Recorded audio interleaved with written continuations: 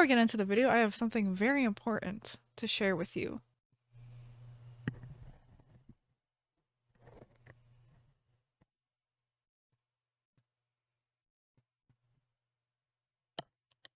Thank you for your time. Okay, so hello, welcome back, my beautiful froggy army, to another video. This is a 300k Q&A. It's a little late. It's been like, I don't know, like maybe almost 2 weeks since I hit 300k, but my original plans were to bake some Animal Crossing cookies, so I did order some cookie cutters, but they have not gotten here yet, and I didn't want to wait too long. I'll still be doing the cookie video just later, so keep an eye out for that whenever those decide to arrive. So for now, we're gonna be doing a good old Q&A. I feel like I actually haven't done one in a while. I think I did one for 100k, and that was 200k ago. So I asked you over on my community tab to drop me some questions, and of course you guys did, so we're gonna get into those. I am attempting to use my window for natural light today, so if the light like changes a bunch, I'm sorry. I'm working with the natural light. Whatever the sun has given me is what I gotta deal with. So let's get into the questions. I'm pulling up my community post right now. So the first one is from Alexa, and Alexa asks, what was the main thing that inspired you to do Animal Crossing videos? Was there a specific channel you watched that got you inspired, you thought it'd be just fun to do, etc.? And yes, actually, I kind of both of those things. Let me start from the beginning.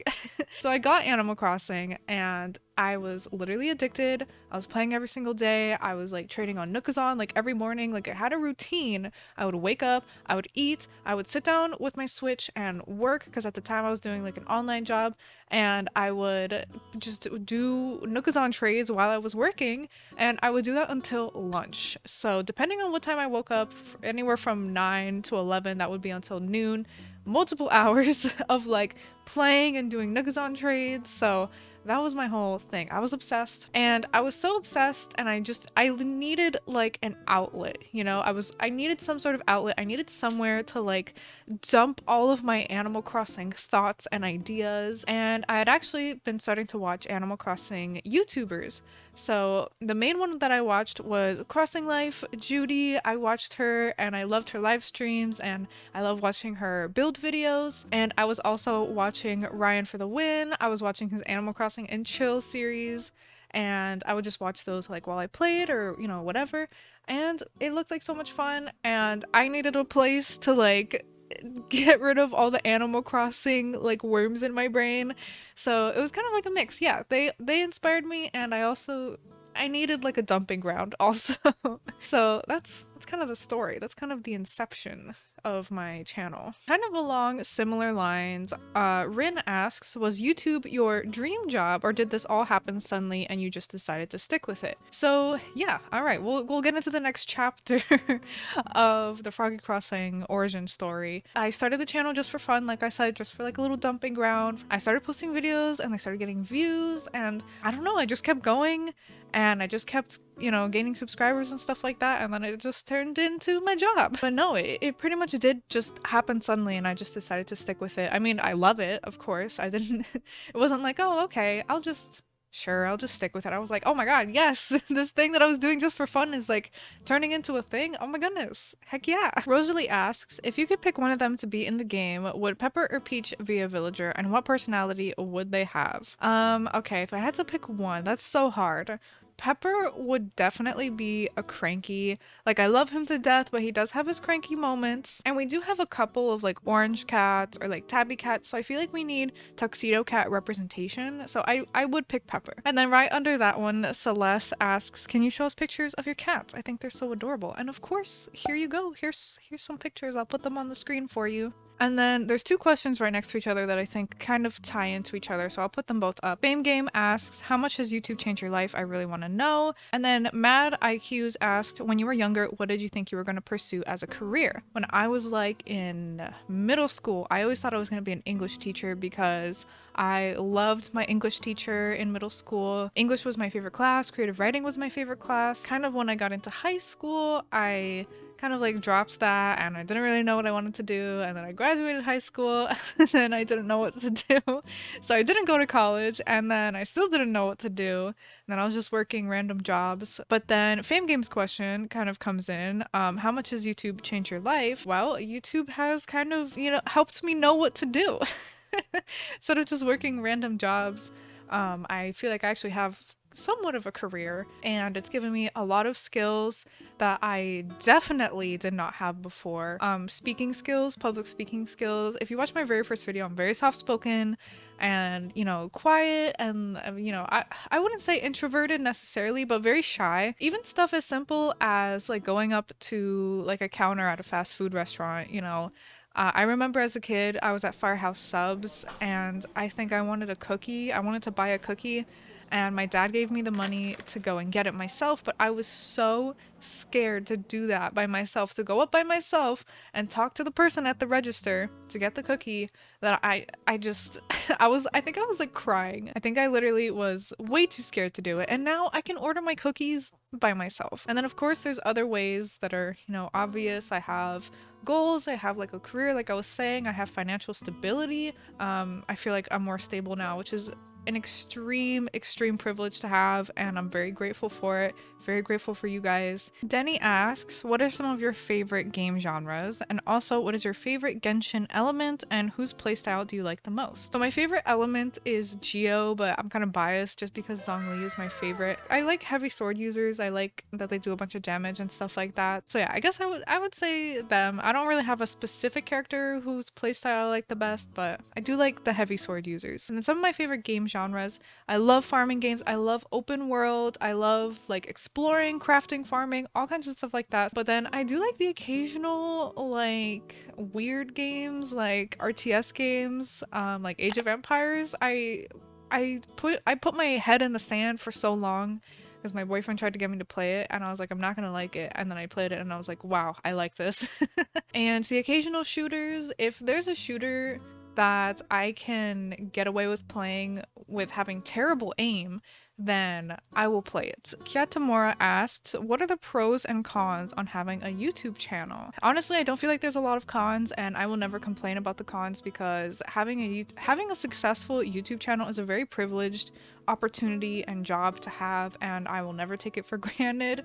I know a lot of people say that, content creation is a full-time job and it's harder than you think, and I do agree with that, but there's a lot of jobs, that traditional jobs, that are also a full-time job and harder than you think. We get to do this in the comfort of our own home. I'm literally wearing pajama pants right now, so that's a pro. You have control over your own schedule, which is both a pro and a con, and I will get into the con later. You have the opportunity to create whatever content you want, and you're not restricted by a boss. You are in control of everything. The cons, at least in my experience, being your own boss is not for everyone. A lot of people, thrive on it and they're very comfortable with being their own boss, but some people are not. Some people need that guidance, and it's perfectly fine. But being your own boss means that you are responsible for everything. That means you're responsible for the ideas. You're responsible for recording, editing, production, making sure you follow all of the copyright laws, making sure, if you're doing sponsors, you're responsible for reading over legal agreements, you're responsible for negotiating your price, you're responsible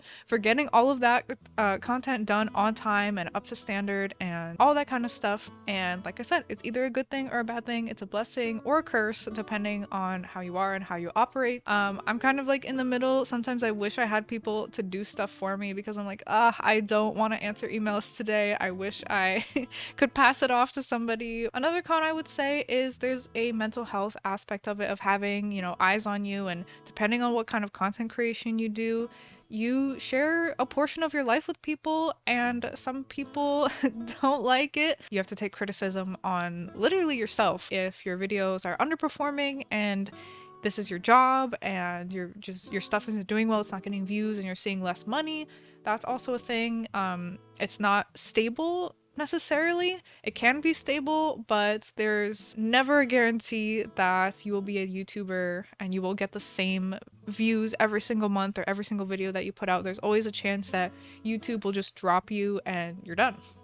You're done. So that's also a con. But all in all, like I said, this is a very, very good job to have, and I'm very grateful to have it. Lauren asks, which builds across both Pelican Bay and Leapfrog are you most proud of? And have you got an idea for storybook that you're excited for already? So yes, I do have a couple ideas. I won't say them yet, but I am excited just to build in general on my new farm core island. But as for my favorite builds on Pelican Bay and Leapfrog, on Pelican Bay, I really loved my little like mushroom forest path that I did. I was so excited for that, and I loved the idea, and it was so cute. So I think like that's my favorite area. On Leapfrog, I would have to say my laundromat is one of my favorites. I think it was like one of my first builds, and just because of like the backstory of it and the sentimental value and stuff like that. Laura asks, excluding Froggy Chair, what is your favorite 2.0 item? My favorite item has to be the storage shed just because of the utility. Being able to access my storage from outside, or if I'm carrying it around in my inventory, just accessing it anywhere I am is huge for me. It's so nice. It helps with builds so much. So they could take away like 10 other items and leave the storage shed, and I'll be like, okay, that's fine. But if they took away the storage shed and left everything else, I would be upset. Matthias asks, do you feel that it's necessary to stick to a certain theme or aesthetic when making an island? For me personally, I prefer to stick to one theme or aesthetic because I feel like it makes my island look more cohesive. But in general, no, I wouldn't say that that's something necessary at all. If you want to have an island that's half fairy core, half cottage core, go for it. If you don't want to have any theme, go for it. No, I don't think it's absolutely necessary at all to stick to a certain theme if you don't want to. But if you do, then that's great. I do because I like it. But if you don't like it, that's fine. Just do whatever you want. Party Hat asks, what's your favorite Squishmallow in your collection? And what's one Squishmallow you'd love to have that you don't already? So my favorite is so hard to choose. I have so many and I love them all, but I do have one that I love very much and I will grab it for you. She's usually kind of hard to see because she's shoved in the back of the shelf with the other frogs, but this is my 5-inch Wendy, and she is a rarer Squishmallow.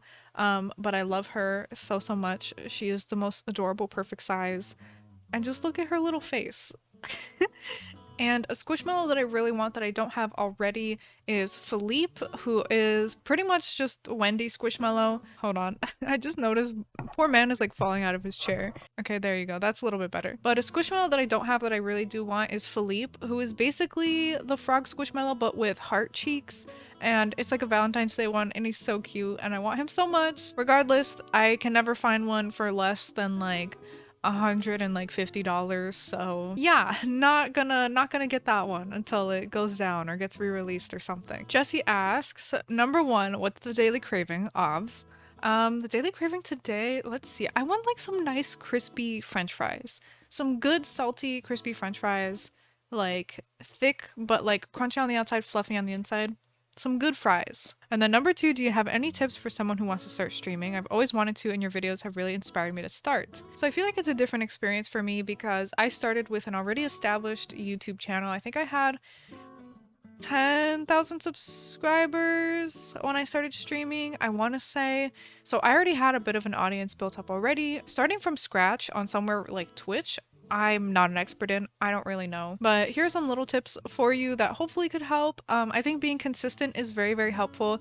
If you have a specific date or dates and time that you usually stream, people know where to find you, and they're more likely to, you know, be sitting there waiting for you, or remember like, oh, it's Wednesday, so and so is streaming. Okay, let me go get my cup of coffee and I'll come sit down and watch, you know? You have to get really comfortable with talking and hearing your own voice and just literally talking about nothing and making jokes on the fly and just like coming up with conversation. I like to just make up random stuff. If one of my villagers is moving out, then I'm, you know, just start making up a whole stupid story about how Gale is like a mob boss, crime lord, and is trying to escape the island because one of my other villagers like discovered her whole operation of selling black market froggy chairs, and you have to decide there and now, are you gonna let mob boss Gale get away with her crimes, or are you gonna make her stay and force her to go to court of Tom Nook? And you know, it's like, you gotta get comfortable saying random stuff. And I know that was really hard for me in the beginning, so what I would do is I would write down topics, anything that I wanted to talk about. If I tried a new restaurant, if I went somewhere recently, if I bought something in the mail, if experience happened to me. Food is always a great topic. Ask people for their opinions, ask questions for people to answer, get them engaged. You know, it'll help with building an audience and also, you know, upping your stream numbers as well. And then lastly, any dreamies you haven't had on an island yet. Punchy. I love Punchy. I've been falling in love with Punchy so much. Every time I see him on a villager hunt and I want to get him on an island, and hopefully we will have him on the Farmcore Island Storybrooke Farm, so very excited for him, but I have not had him yet, but I do want him. Squashy's Pie asks, does playing Animal Crossing now feel like a chore because of your channel? No, it doesn't. What I would say is more of the chore part is coming up with ideas. Sometimes, you know, we're not going to be inspired every single day of the week, and sometimes I don't feel inspired, like I don't know what to build, I don't know what kind of video I should record, so sometimes that will be the more challenging part, is just getting the idea, but actually doing it. I love setting up, you know, my camera, I love, you know, putting on my cute little outfits, I love recording the videos, I love editing them, all that kind of stuff, so no, that part doesn't feel like a chore. It's just kind of like the inspiration part, and that's why I did change up my schedule to just be no schedule, just try to post 2 times a week, because I would have these set deadlines for myself, like, okay, I have to post every Wednesday, I have to post every Saturday, and 2 days before I'm supposed to post, on Mondays when I'm supposed to record, I just don't know what to record, so I would force myself to record something anyway because I had a due date, and then that video just ends up being just like less inspired than if I had just waited until I felt actually inspired and then recorded. When I had the schedule like that and I was sticking to it every single week, sometimes those days when I didn't feel inspired or I didn't feel motivated, yeah, I wouldn't say it felt like a chore. It was just I just wasn't having as much fun as I have now when I record when I feel inspired, and I don't have that much pressure on myself to post on certain days and meet those deadlines. So yeah. Bubble Tea asks, what do you think came first, the bird or the egg? And good question. I'm gonna go with the bird. Number 2, have you been having bubble tea more often after the video? Yes, I have. Yes, I have. Number 3, what is the powerhouse of the cell? I believe that's the mitochondria, if I remember my middle school science class correctly. And then what shows do you like, genre or specific shows? I like animated comedies, or I guess I wouldn't say comedies, more of like just cartoons. I love regular shows, like I think my favorite animated show ever. I enjoy Rick and Morty.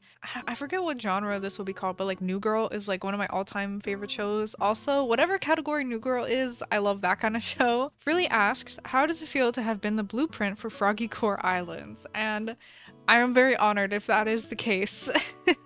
We gotta make Froggy Core the new cottage core. Like, come on, what are we doing? Little surprised face. I don't know how to say this out loud. You know what I mean. Asks, have you considered making channels specifically for vlogs or IRL content? And yes, I have. A lot of people have asked if I'm going to post more vlogs or IRL content, and kind of the reason why I haven't really been posting them is because, well, one, Animal Crossing got a huge update, so I kind of want to focus on that instead of me. But also too, I'm not sure if I should make another channel or not, but I do plan on continuing to put IRL content on here, like the cooking videos and the baking videos that are related to Animal Crossing will always stick to here. Desk tours, stuff like that. Maybe if there's any sort of Animal Crossing related like shopping vlog, like shopping for Animal Crossing stuff. Yeah, stuff like that will always be here on the channel. Lily Elizabeth asks, so since we didn't get your voice on getting Froggy Chair, what was your genuine reaction like? I was hoping that we would find Froggy Chair in the shop or in Happy Home Paradise maybe while I'm recording or streaming, and I would have like a hype moment of like, oh my goodness, we found Froggy Chair. But the reality of it was late at night, it was like midnight, and I was just on Animal Crossing. I forget what I was doing. I think I was just buying stuff from the Happy Home Paradise shop because I would always just go in there and like buy things just to, you know, spend the money, because that's how you unlock the Wardell shop. So I was just in there, and Wardell was like, oh hey, like you unlocked the shop, you can order stuff. And I was like, okay. I was like tired, like dead tired, because it was like midnight and I was about to go to bed, but then he said that I unlocked the shop, so I was like, okay, like I'll just record this. I was so tired, and there was no pop-off reaction, there was no screams. Unfortunately, I did not get the hype moment that I really wanted. I just got a sleepy okay, I'll record this, sure.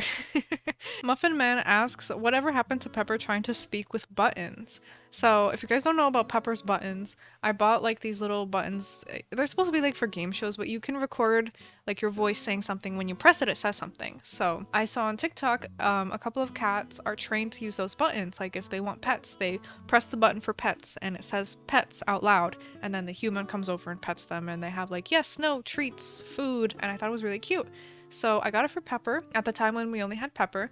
He's not good at these things. He never pressed the button on his own once. Not a single time. But when we got Peach, she actually learned how to do them and she learned how to press the button.